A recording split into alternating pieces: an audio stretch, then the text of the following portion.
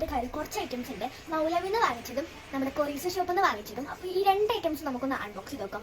നമ്മുടെ പുറകിൽ നമ്മുടെ ആരോണൊക്കെ ഇങ്ങനെ ഇരിക്കുന്നുണ്ട്. ആളുടെ പുതിയ സെറ്റപ്പാണിത്. പുറത്താണ് നമ്മളിത് വെച്ചിട്ടുള്ളത്. അപ്പോൾ നമുക്ക് എന്തായാലും വീഡിയോയിലോട്ട് പോകാം. അപ്പോൾ ഗൈസ്, നമ്മൾ മൗലവിൽ നിന്നും കൊറീസോ ഷോപ്പിൽ നിന്നാണ് കേട്ടോ വാങ്ങിച്ചത്. അപ്പോൾ കൊറീസോ ഷോപ്പിൻ്റെ ഫസ്റ്റ് ഐറ്റം ഇതാണ്. ഇതിൻ്റെ പേര് എനിക്കറിയത്തില്ല, കുറച്ച് മുമ്പ് വൈറലായ സാധനമാണ്. സംഭവം ഇത് ശരിക്കും ഡാമേജ് ആയിട്ടുണ്ട് കേട്ടോ. അവിടെ നിന്ന് ഡാമേജ് ആയതാണ്. അപ്പോൾ ഞാനിത് നോക്കി വെക്കുമ്പോൾ ഇതിന് ഭയങ്കര പ്രൈസ് ഉണ്ടായിരുന്നു. അപ്പോൾ അവർ പറഞ്ഞു ഇത് ഡാമേജ് ആയിട്ടുണ്ട്, നീ വേണമെങ്കിൽ ഫേക്ക് എടുത്തോന്ന്. അപ്പോൾ എന്തായാലും ഇവിടെ ജസ്റ്റ് കയറിയിട്ടുണ്ട്, എന്തായാലും ഇത് യൂസ് ചെയ്യാൻ പറ്റുമല്ലോ.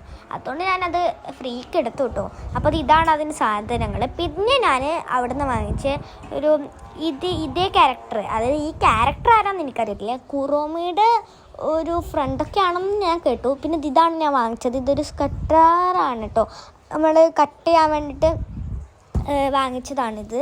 പിന്നെ അതൊക്കെ കഴിഞ്ഞ് അടുത്ത പൊതി എന്ന് വെച്ചെങ്കിൽ നമ്മുടെ മൗലവിയുടേതാണ് കേട്ടോ. മൗലവി ശരിക്കും ഞാൻ ഒരുപാട് സാധനങ്ങൾ വാങ്ങിച്ചിട്ടില്ല, കുറച്ച് സാധനങ്ങൾ വാങ്ങിച്ചു. അത് ഞാൻ നിങ്ങൾക്ക് ഷെയർ ചെയ്യാമെന്നാണ് കരുതിയത്.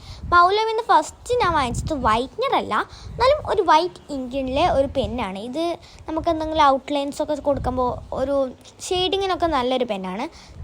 ശരിക്കും ഞാനിത് എൻ്റെ മലയാളം ടെക്സ്റ്റ് ബുക്കിലാണ് കേട്ടോ ഇരുന്നത്, കാരണം എക്സാം കഴിഞ്ഞല്ലോ.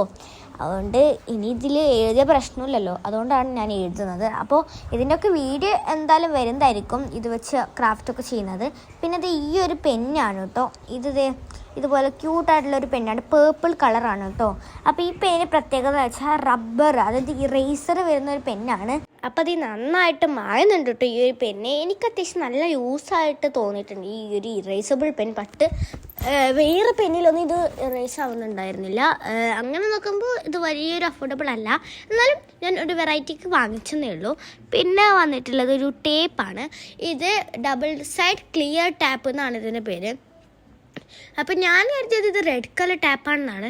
ബട്ട് സത്യം പറഞ്ഞാൽ ഇത് റെഡ് കളർ ടാപ്പല്ല, ഡബിൾ സൈഡ് ടാപ്പാണെന്ന്. അതായത് അതിൻ്റെ ഒരു വശത്ത് റെഡ് കളർ പോലത്തെ ഒരു സംഭവമാണുള്ളത്. അത് നിങ്ങൾക്ക് വീഡിയോയിൽ കാണാൻ മനസ്സിലാവും. പിന്നെ വെക്കേഷനൊക്കെ അല്ല ഗൈസ്, അപ്പോൾ വെക്കേഷന് വീഡിയോ ഒക്കെ എന്തായാലും വരുന്നുണ്ടാവും. പിന്നെ എൻ്റെ സൗണ്ട് ജസ്റ്റ് പോയിട്ടുണ്ട്, കാരണം എനിക്ക് ജലദോഷമൊക്കെ സുഖമില്ല ഗൈസ്.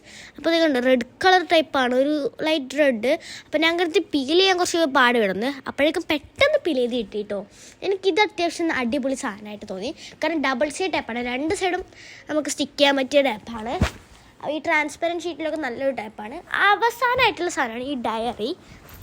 അപ്പോൾ ഇതൊക്കെ മൗലവിൽ നിന്ന് നല്ല അഫോർഡബിൾ പ്രൈസിൽ കിട്ടിയതാണ്. നല്ല അടിപൊളി ഡയറിയാണ് കേട്ടോ. ഇത് സംഭവം ഞാൻ ആ കത്തിയുടെ മൂർച്ച കാണുന്നുണ്ടോ എന്ന് അറിയത്തില്ല, അവിടെ ഇൻഡ് പോലെ വന്നിട്ടുണ്ട് കേട്ടോ. ഇങ്ങനെ അതിൻ്റെ ആ കത്തിയുടെ മൂർച്ച കാരണം